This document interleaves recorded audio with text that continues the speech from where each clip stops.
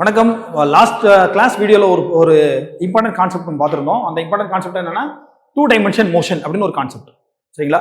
இதுல அதில் பர்டிகுலராக most important area projectile motion அப்படின்னு என்னன்னு பார்த்தோம். ப்ரொஜெக்டைல் மோஷனோட காம்பனன்ட்ஸை கூட நம்ம எக்ஸ்பிளைன் பண்ணியிருந்தோம். அதில் ஹரிசாண்டல் வெர்டிகல் காம்பனன்ட், இது வெர்டிகல் காம்பனன்ட், இது ஹரிசாண்டல் காம்பனன்ட், இந்த 2 காம்பனன்ட் சேர்ந்து தான் ஒரு ப்ரொஜெக்டைல் மோஷன் நமக்கு கிடைக்குது அப்படின்றதெல்லாம் தெளிவாக சொல்லியாச்சு.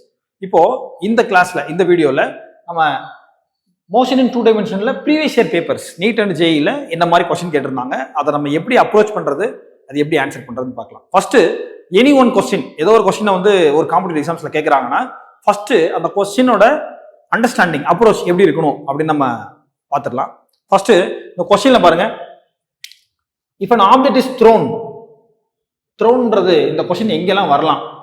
1 டைமென்ஷன் மோஷன்லயும் த்ரோ பண்ணலாம், அது வெர்டிகல் மோஷன் மட்டும் நடக்கும். 2 டைமென்ஷன் மோஷன்லயும் நடக்கலாம். So first we have to identify from which chapter, எந்த சாப்டர்ல எந்த பாடத்துல இருந்து இந்த கேள்வி கேட்கப்பட்டிருக்கு, எந்த டாபிக்ல இருந்து வந்திருக்குன்னு நம்ம லொகேட் பண்ணணும். அதை லொகேட் பண்ணீங்கன்னா object is thrown 20 meter per second speed, ஒரு ஸ்பீட்ல எரிஞ்சிட்டாங்க. இது வரைக்கும் நம்ம என்ன தெரியுது, இதோட அண்டர்ஸ்டாண்டிங் தூக்கி போடுறாங்க. That can be either 1 dimension motion R 2 dimension motion, ரெண்டுல எது வேணா இருக்கலாம். ஆனா அடுத்த ஸ்டேட்மெண்ட் பாருங்களேன், at 60 degree angle with horizontal. அப்போ ஹரிசாண்டலோட 60 degree angle த்ரோ பண்றோம் அப்படின்னு கொடுத்துறாங்க. ஸோ இதுல நம்ம கன்ஃபார்ம் பண்ணிடலாம், ஓகே இது not from 1 dimension motion, this is from 2 dimension motion நம்ம புரிஞ்சுக்கலாம். ஏன்னா ஒரே இதுல இப்படி போயிருக்கணும் ஹரிசாண்டலா, அல்லது வெர்டிகல் மட்டும் யூஸ் பண்ணியிருந்தா இதை 1 டைமென்ஷன் மோஷன் சொல்லிடலாம். ஏதாவது ஒன்று தான் இருக்கணும், either X axis or Y axis இருக்கலாம். அப்படி இருந்தா அது 1 டைமென்ஷன் மோஷன். இதுல ரெண்டுமே இருக்கா, 60 டிகிரி ஆங்கிள் நீங்க தூக்கி போட்டீங்கன்னா இதை நீங்க ரெண்டா ரிசல்ட் பண்ணுவீங்க. அதுல எக்ஸ் காம்பனன்ட்டும் கிடைக்கும், ஒய் காம்பனன்ட்டும் சேர்ந்து கிடைக்கும். சரிங்களா? அதாவது செங்குத்து இயக்கம் கிடைமட்ட இயக்கம் ரெண்டும் சேர்ந்து கிடைக்கிறதுனால இது ஒரு 2 டைமென்ஷன் மோஷன் அப்படின்னு புரிஞ்சுக்கலாம். ஸோ 2 டைமென்ஷன் மோஷன் கேள்வி வந்திருக்கு. ஃபர்ஸ்ட் நம்ம ப்ரொஜெக்டைலுக்கான டெஃபினிஷன் பார்த்துட்டோம். ஒரு பொருளை நம்ம தூக்கி போட போறோம், தூக்கி போட்டீங்கன்னா அதுக்கப்புறம் அதுக்கு எந்த ஒரு இன்ஃப்ளூயன்ஸும் நம்ம கொடுக்கல. அதுக்கப்புறம் the projectile motion after initial speed or velocity once supplied, அதுக்கப்புறம் என்ன ஆகுது, only under the influence of gravity the objects moves until the end. கடைசி வரைக்கும் வேற எந்த ஒரு விசையும் நீங்க கொடுக்கல, எந்த ஒரு ஃபோர்ஸ் கொடுக்கல, எந்த ஒரு வெலாசிட்டிக்கான சோர்ஸுமே இல்லை. ஒன்லி ஆக்சலரேஷன் டியூ டு கிராவிட்டினால மட்டும்தான் அந்த இயக்கம் நடக்குது அப்படின்னா ப்ரொஜெக்டைல் மோஷன் நம்ம இதுல உறுதிப்படுத்திட்டோம். So the question is from projectile motion. சரி, என்ன கொடுத்துருக்காங்க, இஃப் ஆப்ஜெக்ட் இஸ் த்ரோன். இப்போ இது நம்ம டீகோட் பண்ணிடலாம் கொஸ்டினை. ஆப்ஜெக்ட் இஸ் த்ரோன், இதுதான் ஸ்பீடு. சரிங்களா?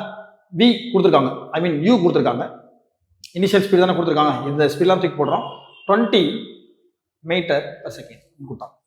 சரியா? 60 டிகிரி ஆங்கிள், தீட்டாவில் கொடுத்துருக்காங்க 60 degree angle. Then the speed at point B, இந்த பாயிண்ட் பி பிக்சர், இது கொஸ்டின்ல கொடுத்த பிக்சர். சரிங்களா? இது சொல்யூஷனுக்கு நம்ம போடல, இந்த கொஸ்டினோட பிக்சர் தான் இது. பாயிண்ட் பி எங்க இருக்கு பாருங்க, மேக்ஸிமம் ஹைட்ல இருக்கு.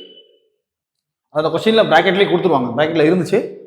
அட் மேக்ஸிமம் ஹைட் கூட போட்டுங்க, இட்ஸ் மேக்ஸ். ஸோ மேக்ஸிமம் ஹைட்ல அந்த பாயிண்ட் பில என்ன ஸ்பீடு. ஸோ மேக்ஸிமம் ஹைட்னா நம்ம என்ன படிச்சிருக்கோம், v ஈக்குவல் டு நம்ம படிச்சது இப்போ அப்ளை பண்ண போறோம். v Y component is 0. அப்போ எப்போ ஒய் காம்பனன்ட் மேலே போறது நிக்குது அதான் மேக்ஸிமம் ஹைட். அதுக்கப்புறம் கீழ் நோக்கி வர ஆரம்பிச்சோம். v ஒய் ஈக்குவல் டு 0 போட்டாச்சு. அப்போ இந்த இடத்துல எக்ஸ் காம்பனன்ட் மட்டும் தான் இருக்கு, vx. vx என்ன அர்த்தம், vxனாலே v cos தீட்டான்னு அர்த்தம், vy னா v sin தீட்டான்னு அர்த்தம். அவ்வளவுதான். அது இங்கேயே நம்ம இனிஷியல் காம்பனன்ட் பிரிக்கும் போதே இது u cos தீட்டா, இத u sin தீட்டான்னு பிரிக்கிறோம். அந்த மாதிரி இது இனிஷியலுக்கு அடுத்து நீங்க எந்த ஒரு பாயிண்ட்ல பிடிச்சாலும் இதை vன்னு சொல்லிடலாம். இது vy, that is v sin theta, இது vx, that is v cos தீட்டான்னு சொல்ல போறோம். அப்போ v cos θ அப்படின்ற வேல்யூ தான் இங்க இருக்கு போகுது, v cos θ. சரியா?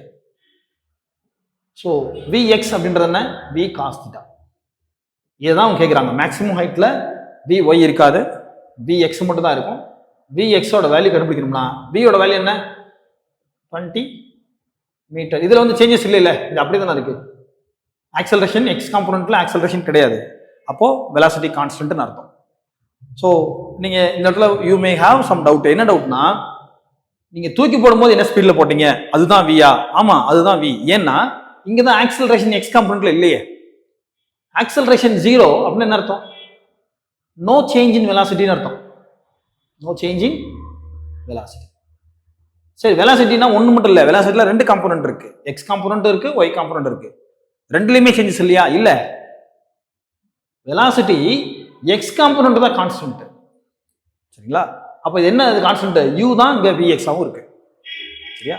அப்போ இங்கே விஎக்ஸ் அப்படின்றது வி காஸ் தீட்டாவாக இருக்க போது ஆங்கிள் என்ன 60 டிகிரின்னு கொடுத்துருக்காங்க. ஸோ வின்றது 20, காஸ் தீட்டா என்ன கொடுத்துருக்காங்க 60 டிகிரின்னு கொஸ்டினில் கொடுத்துருக்காங்க. Cos 60 degree.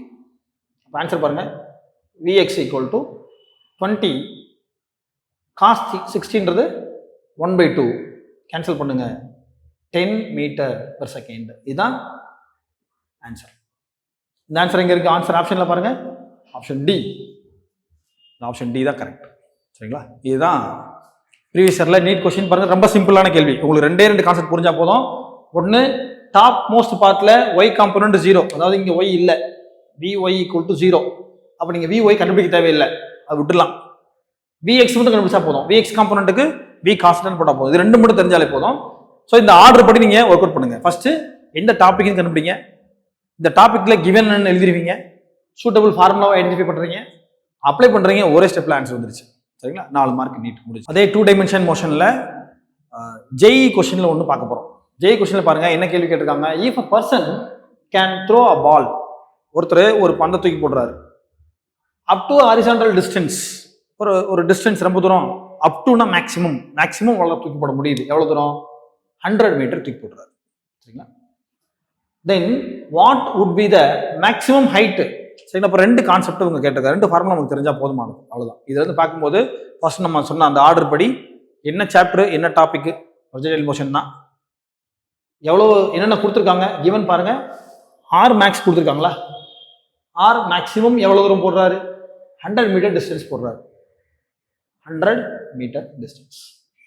என்ன கேட்டிருக்காங்க? மேக்ஸிமம் ஹைட், எவ்வளோ தூரம் ஒரு ஹைட் போட முடியும், ஹச் மேக்ஸ். ஸோ நமக்கு 2 முக்கியமான கான்செப்ட். ஒன்று, மேக்ஸிமம் டிஸ்டன்ஸ் போகிற மாதிரி நீங்கள் தூக்கி போடணும்னா 45 டிகிரி போடணும். மேக்ஸிமம் ஹைட் போகணும்னா 90 டிகிரியில் நீங்கள் தூக்கி போடணும்.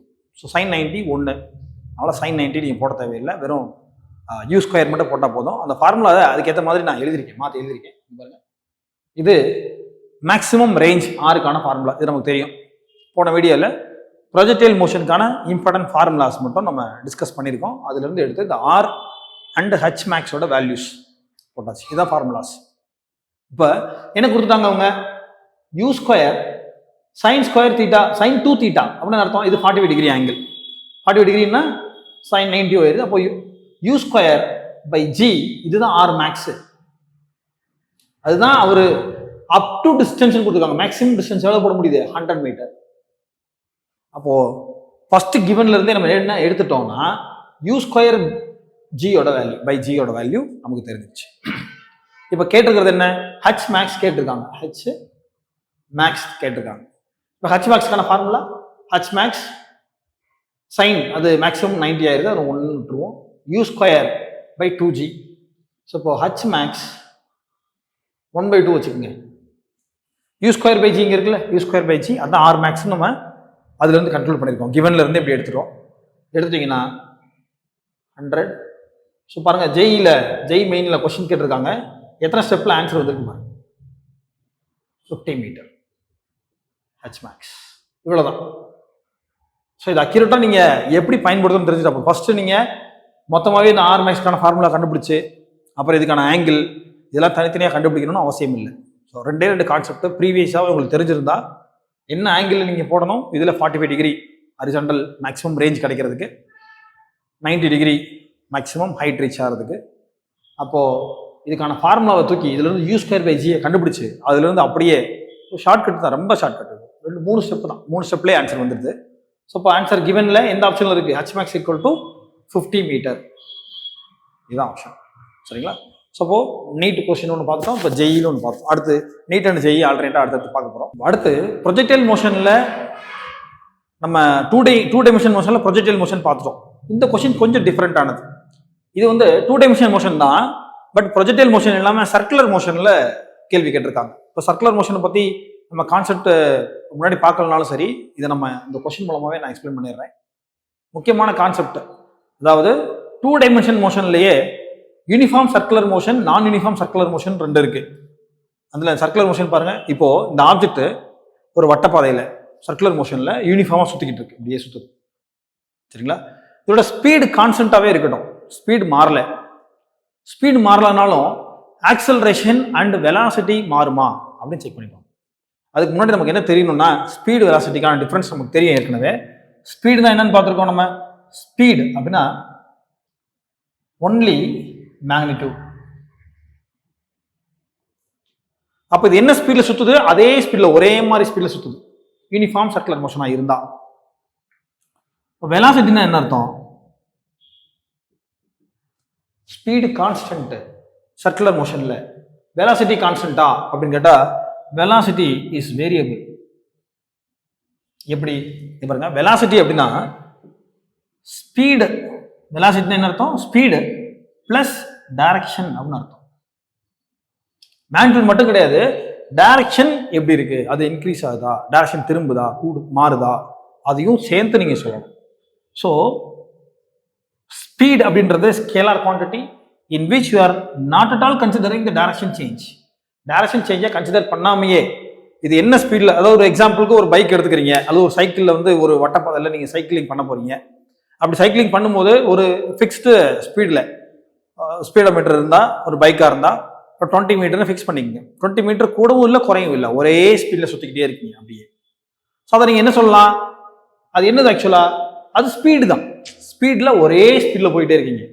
ஆனால் வெலாசிட்டி கான்ஸ்டன்டா இருக்கா அப்படின்னா இங்கே பாருங்க, ஸ்பீட் அப்படின்றது ஒரு டைரக்ஷனில் ஸ்ட்ரெயிட்டாக போகிறது மட்டும்தான். வெலாசிட்டி இன்கேஸ் நீங்கள் திரும்பிட்டீங்க அப்படின்னா அதில் வெலாசிட்டி, ஐ மீன் ஸ்பீடில் உள்ள டைரக்ஷன் மாறுது. பாருங்க, வெலாசிட்டி என்ன அர்த்தம்? Speed and it is a combination of direction as well. அதில் சேர்த்து சொல்லணும், நீங்கள் டைரக்ஷனும் கன்சிடர் பண்ணணும் அங்கே. அப்போ இங்கே ஸ்பீடு யூனிஃபார்மாக இருந்தாலும் கூட இங்கேருந்து இந்த பாயிண்ட் போகிறதுக்கு நீங்கள் டைரக்ஷன் மாற்றலைன்னா இங்கே போயிடுவீங்க. அதான் நடக்கும். இப்போ இந்த பாயிண்ட்ல நீங்கள் லொக்கேட் ஆகிருக்கீங்கன்னு வச்சுக்கோங்க. இப்போ இங்கேருந்து ஸ்ட்ரெயிட் லைனில் போனீங்கன்னா இப்படி தான் போவீங்க, இதுதான் ஸ்ட்ரெயிட் லைன் இங்கேருந்து. ஆனால் அங்கேருந்து certain amount of angle you are changing your direction. இங்கேருந்து இப்படி மாற்றுறீங்க, அதனால இந்த டைரக்ஷனில் போய் நிற்கிறீங்க. இந்த இடத்துல டைரக்ஷன் ஆஃப் வெலாசிட்டி என்ன? டான்ஜென்ஷியல். சரியா? For a circular path the direction of velocity is always tangential. அது வந்து எப்பவுமே மாறாது. இது வந்து ஒரு எக்ஸாம்பிள் பார்க்கலாம். ஒரு டேர்னிங்ல நீங்க திரும்புறீங்க, இதுதான் ஒரு ரோடு. இந்த ரோட்ல நீங்க டேர்னிங்ல இப்படி வந்துகிட்டு இருக்கீங்க, வரும்போது எக்ஸாக்ட் டேர்னிங் நடக்குது. But if you are forgetting to turn exactly at that moment, அப்பனா என்ன நடக்கும்? இப்படி தான் போயிருவீங்க ரோட்ல ஸ்ட்ரைட். அந்த டேர்னிங் ஏற்ற மாதிரி நீங்க ஹேண்ட்பாரை திருப்பணும் இல்லை, ஸ்டீரிங்கை திருப்பணும் இல்லை, திருப்பலன்னா ஸ்ட்ரைட்டா போகும். சரிங்களா? அப்போ ஒரு சர்க்குலர் பாத்தில் நீங்க டிராவல் பண்ணிட்டு இருக்கும்போது அந்த சர்க்குலர் பாத்துக்கு போடுற டான்ஜென்ட் இருக்கு, இது ரேடியஸ். அப்போ 90 டிகிரி கட்டா இருந்தா இது டான்ஜென்ட் சொல்லுவோம். டான்ஜென்ட் தான் அதோட வெலாசிட்டி டைரக்ஷனா இருக்கு. இந்த வெலாசிட்டியோட டைரக்ஷன் டான்ஜென்ஷியலா இருக்கு. அப்போ சர்க்குலர் பாத்துக்கான velocity direction at that point, எந்த பாயிண்ட்ல டைரக்ஷன் கண்டுபிடிக்கிறோமோ அந்த பாயிண்ட்ல டான்ஜென்ஷியலா இருக்கு. ஃபார் எக்ஸாம்பிள் இந்த இடத்துல நீங்க வெலாசிட்டியோட டைரக்ஷன் என்ன? டான்ஜென்ஷியல். இதான் வெலாசிட்டி டைரக்ஷன்.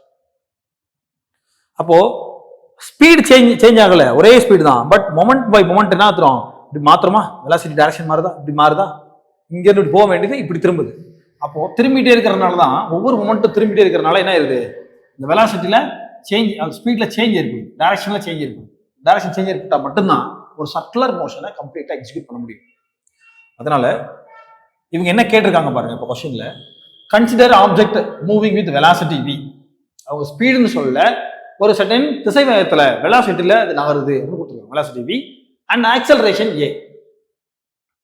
ஸோ நமக்கு என்ன தெரியும் ஏற்கனவே, வெலாசிட்டியில ஏற்படுற டைமை பொறுத்து, காலத்தை பொறுத்து வெலாசிட்டியில ஏற்படுற மாற்றம் தான் முடுக்கம், ஆக்சலரேஷன் அப்படின்னு தெரியும். இந்த சர்க்குலர் பாத் ஒரு வட்டப்பாதை இயக்கத்துல சர்க்குலர் மோஷன்ல அப்படி போகுது. Which of the following is கரெக்ட்னு கேட்டிருக்காங்க. இந்த 4 ஸ்டேட்மெண்ட்ல இது கரெக்ட். v கான்ஸ்டன்டா இருக்கா, ஸ்பீடு மாறவே இல்லையா? ஸ்பீட் அதாவது வெலாசிட்டின்றது இங்க v வெலாசிட்டின்னு கொடுத்தாங்க, ஸ்பீடுன்னு கொடுக்கல, இது வெலாசிட்டி. திசைவேகம் மாறாம இருக்கா அப்படின்னா இல்ல, திசைவேகம் மாறிட்டே தான் இருக்கு, ஒவ்வொரு டைரக்ஷன்லயும் மாறுது. இங்க டைரக்ஷன் மாறுது. ஸ்பீட் கான்ஸ்டன்டா இருந்தாலும் டைரக்ஷன் மாறதுனால சேஞ்ச் இன் வெலாசிட்டி. அப்போ வெலாசிட்டி சேஞ்ச் ஆகுதுன்னா இது வேரியபிள் அப்படின்னு சொல்லிடலாம். சரி, ஆக்சலரேஷன் என்ன இருக்கு பாருங்க, ரெண்டு காம்பனன்ட் இருக்கு. இந்த ஒரு பாயிண்ட்ல இது டான்ஜென்ஷியல் ஆக்சலரேஷன் சொல்லுவோம், இந்த வெலாசிட்டியில் ஏற்படுற சேஞ்ச். மோரோவர் சென்டர் நோக்கி ஒரு ஆக்சலரேஷன் இருக்கு, இது சென்ட்ரிபீடல் ஆக்சலரேஷன் சொல்லுவோம். Centripetal acceleration formula centripetal centripetal equal to v square by R. இது ஒரு one of the derivation result. சரிங்களா, இது நீங்க தெரிஞ்சு வச்சுக்கோங்க, இது முக்கியம். Acceleration centripetal acceleration equal to v square by ஆர்னு சொல்லுவோம். ஸோ தட் இதுல இருந்து நீங்க ஃபோர்ஸை கூட கண்டுபிடிச்சிக்கலாம். F equal to centripetal force equal to m mass into acceleration தானே, v square by R from Newton's second லா, இப்படியும் போடலாம். சரிங்களா, ஸோ இதுல இருந்து தெரியுது சென்ட்ரிபீடல் ஆக்சலரேஷன், இங்க ஆக்சலரேஷன் ரெண்டு காம்பனண்டா இருக்குன்னு நமக்கு தெரிஞ்சிருச்சு. சரிங்களா, இப்போ வெலாசிட்டி மாறுதா? ஆமா மாறுது. வெலாசிட்டி சேஞ்சிங், அது ஒரு வேரியபிள். ஆக்சலரேஷன் மாறுதா? ஆமா, ஆக்சலரேஷனும் ஒவ்வொரு மூமெண்ட்லயும் மாறிட்டு தான் இருக்கு. அப்போ ரெண்டுமே வேரியபிள் தான். Velocity and acceleration both are variable. So option B is correct. So இந்த கொஸ்டின் பார்க்கறது மூலமா ஒரு சர்க்குலர் மோஷன் எப்படி நடக்குது, அதுல என்னென்ன ரெண்டு டிஃப்ரெண்ட் ஆக்சலரேஷன் காம்போனன்ட்ஸ், வெலாசிட்டினா என்ன, சர்க்குலர் மோஷன்ல வெலாசிட்டிக்கும் ஸ்பீடுக்கும் என்ன டிஃபரன்ஸ், அது எப்படி நம்ம புரிஞ்சுக்கிறோம்னு பார்த்துட்டோம். சரிங்களா, ஸோ ஃபர்தர் கொஸ்டின்ஸை அடுத்த கிளாஸ்